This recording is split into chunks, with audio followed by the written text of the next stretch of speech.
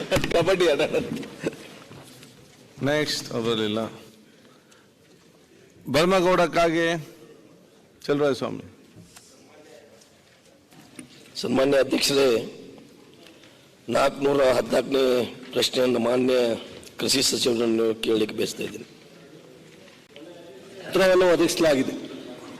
ಅಧ್ಯಕ್ಷರೇ, ಉತ್ತರವನ್ನು ಒದಗಿಸಿದ್ದಾರೆ.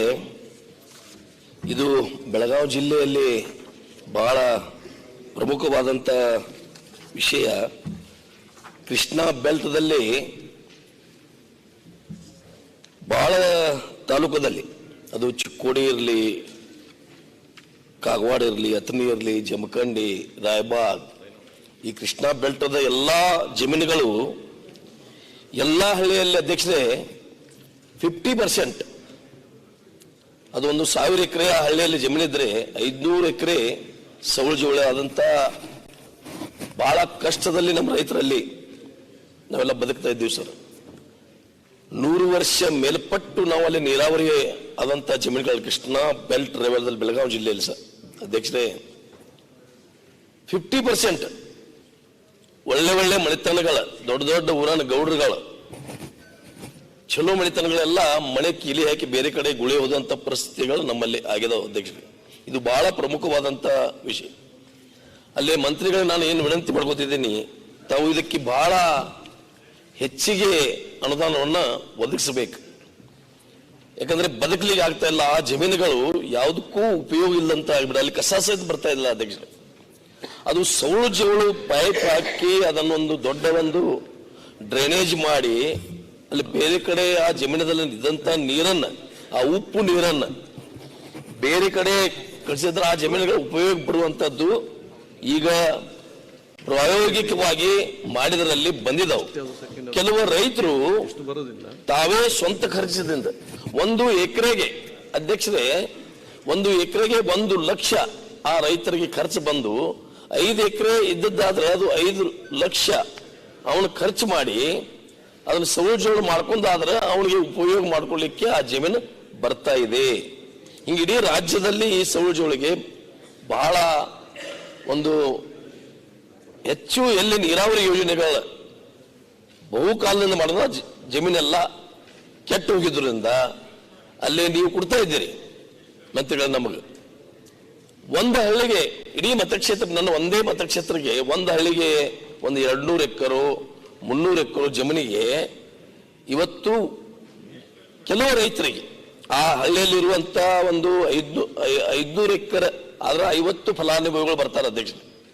ಅದಕ್ಕಾಗಿ ಹೆಚ್ಚಿಗೆ ಅನುದಾನವನ್ನು ಪ್ರತಿ ಮತಕ್ಷೇತ್ರಕ್ಕೆ ನಮ್ಮಲ್ಲಿರುವ ಬೆಳಗಾವಿ ಜಿಲ್ಲೆಯಲ್ಲಿ ಎಸ್ಪೆಷಲಿ ಆ ಹೆಚ್ಚಿಗೆ ಅನುದಾನ ಕೊಟ್ಟಿದ್ರೆ ಆ ರೈತರು ಬದುಕಲಿಕ್ಕೆ ಸಾಧ್ಯ ಆಗ್ತಿದೆ, ಹೊರತು ಬದುಕಲಿಕ್ಕೆ ಆಗೋದಲ್ಲ ಅಧ್ಯಕ್ಷರೇ.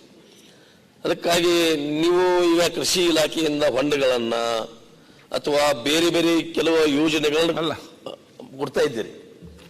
ಅದಕ್ಕೆ ನೀವು ಈ ಸೌಳು ಜೋಳಕ್ಕೆ ಪ್ರತಿ ತಾಲೂಕದಲ್ಲಿ ಪ್ರತಿಯೊಂದು ಹಳ್ಳಿಗೆ ಪ್ರತಿ ವರ್ಷ ಒಂದು 500 ಜಮೀನು, ಅದೇ ಹೇಳ್ತದೆ ಸರ್. ಇದು ಬಹಳ ತಾವು ಅವಸರ ಮಾಡಬೇಡ್ರಿ, ನಿಮ್ ಕೈ ಜೋಡಿಸ್ತೀವಿ. ಸರ್ ಅದು ಸಮಸ್ಯೆ ಬಹಳ ಗಂಭೀರ ಸಮಸ್ಯೆ ಇದೆ. ಪ್ರಶ್ನೆ ತರವೇಲೆ. ಅದಕ್ಕಾಗಿ ನಾನು ಮತ್ತೆ ನೀವೆಲ್ಲ ಸೀನಿಯರ್ ಮೆಂಬರ್ಸ್ ಮತ್ತೆ ಮಾತಾಡ್ತೀನಿ. ಅದಕ್ಕೆ ಮಂತ್ರಿಗಳು ಹೆಚ್ಚಿಗೆ ನಮಗೆ ಅನುದಾನವನ್ನು ಕೊಡಬೇಕು ಅನ್ನುವಂತ ಒಂದು ಕಳಕಳಿ ವಿನಂತಿ ತಮ್ಮ ಮುಖಾಂತರ ನಾನು ಮಾಡ್ಕೋತಾ ಇದ್ದೀನಿ ಅಧ್ಯಕ್ಷ. ಅದೇ ಅಧ್ಯಕ್ಷರೇ, ಕಾಗವಾಡರು ಹೇಳ್ತಕ್ಕಂಥದ್ದು ಸತ್ಯ. ಬಹಳ ಬೆಳಗಾವಿ ಜಿಲ್ಲೆಯಲ್ಲಿ ತುಂಬಾ ಅತ್ಯಂತ ಸಮಸ್ಯೆನ ರೈತರು ಎದುರಿಸ್ತಾ ಇದ್ದಾರೆ. 41,816 ಹೆಕ್ಟೇರ್ಸ್ ಇಡೀ ರಾಜ್ಯದಲ್ಲಿ ಈ ತರ ಇದ್ರೆ, ಇವ್ರದ್ದು ಒಂದೇ ಕ್ಷೇತ್ರದಲ್ಲಿ 1,151 ಹೆಕ್ಟೇರ್ಸ್ ಇದೆ. ಅವ್ರ ಸಮಸ್ಯೆ ಸರ್ಕಾರ ಗಮನಕ್ಕೂ ಬಂದಿದೆ, ಇಲಾಖೆ, ನಾನು ಸಹ ಅದ್ರ ಬಗ್ಗೆ ಸಾಕಷ್ಟು ಚರ್ಚೆ ಮಾಡಿದ್ದೀನಿ.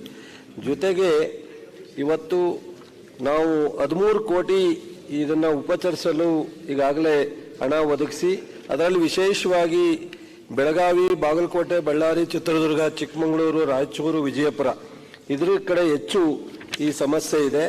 ಇವರ ಕ್ಷೇತ್ರಕ್ಕೇನೆ, ನಮ್ಮ ಕಾಗವಾಡ ಕ್ಷೇತ್ರಕ್ಕೇನೆ ನಾವು 58 ಲಕ್ಷವನ್ನ ಈಗ ಈ ವರ್ಷ ಒದಗಿಸಿದ್ದೀವಿ. ಇದು ಸಾಲಲ್ಲ ಅಂತ ಗೊತ್ತಿದೆ. 1 ಎಕರೆಗೆ ಅವ್ರು ಹೇಳ್ದಂಗೆ 1 ಹೆಕ್ಟೇರ್ಸ್ಗೆ 1,20,000 ರೂಪಾಯಿವರೆಗೂ ನಾವು ಒದಗಿಸ್ತಾ ಇದ್ವಿ. ಖರ್ಚು ಬರುತ್ತೆ 1 ಲಕ್ಷ, 1.25 ಲಕ್ಷ, 1.5 ಲಕ್ಷ ಖರ್ಚು ಬರುತ್ತೆ.